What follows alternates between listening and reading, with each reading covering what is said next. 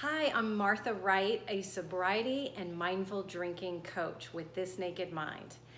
I want to share some tips on how to not just go overboard on your drinking during the holidays.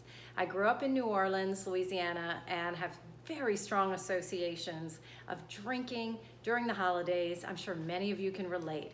I always associated getting at some point during the holidays into a dive bar with kind of tacky tinsel and lights, the association of sparkling wine or champagne with decorating the Christmas tree and solstice, the return of light, just lots of sort of appetizers and happy hours, and then the after dinner drinks. It can get really out of hand, and some of you may be looking forward to some New Year's resolutions or even a dry January. So I want to give some ideas of how you can right now cut back enough, not go so nuts, and feel a little more in control and just feel better and enjoy the holidays. So one of the best tips is to make sure that your first drink of the night is a non-alcoholic one.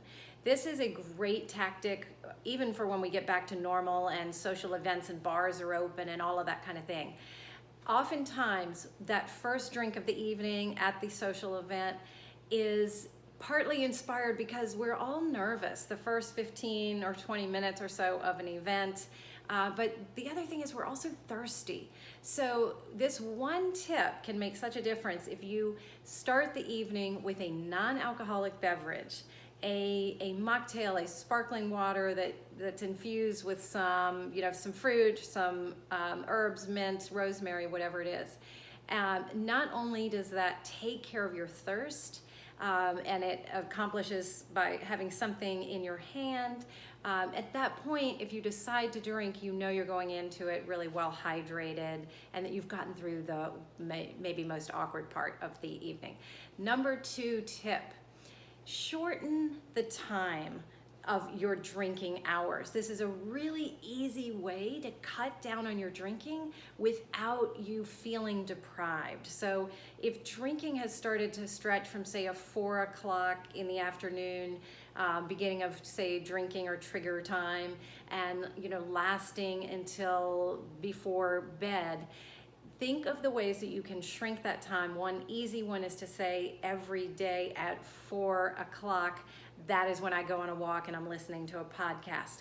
Another really easy way is to make sure that right after dinner, right after finishing your meal, you switch to tea and get into it. Make it something you're excited about. You're exploring, all kinds of artisanal teas, and you've gone to a nice tea shop to pick them out. Something that you can really enjoy, linger over the meal like you used to, but in this case, just enjoying and savoring a really interesting, unique tea.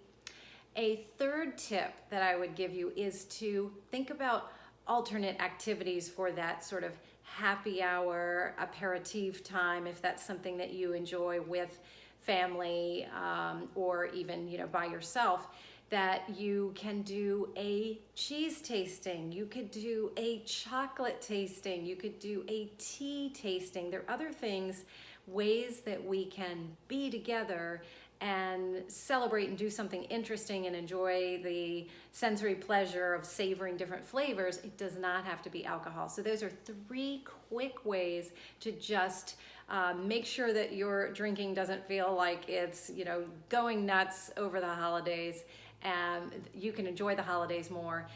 If you are interested in some of this and would like to learn more of the neuroscience behind our habits and how they are formed and where did our beliefs about alcohol come from, those subconscious beliefs, and how do we unearth them to change our thinking about drinking, I am going to explore all of this and so much more in my Dry January program. This is a coached program filled with fascinating, eye-opening neuroscience, all about the reward system of the brain and how these habits are formed and how we unearth our subconscious beliefs, and examine them and look at the ways alcohol is used in our culture and normalized in our culture it's completely a judgment-free, stigma-free zone once we understand the human brain. Take a look at my site, clearpowercoaching.com, and you'll see on the events page the upcoming Dry January program. There's also a resources page filled with my top recommendations of some of the coolest new non-alcoholic beverages coming to market right now. So thanks for watching this, and have an awesome holiday. Take care.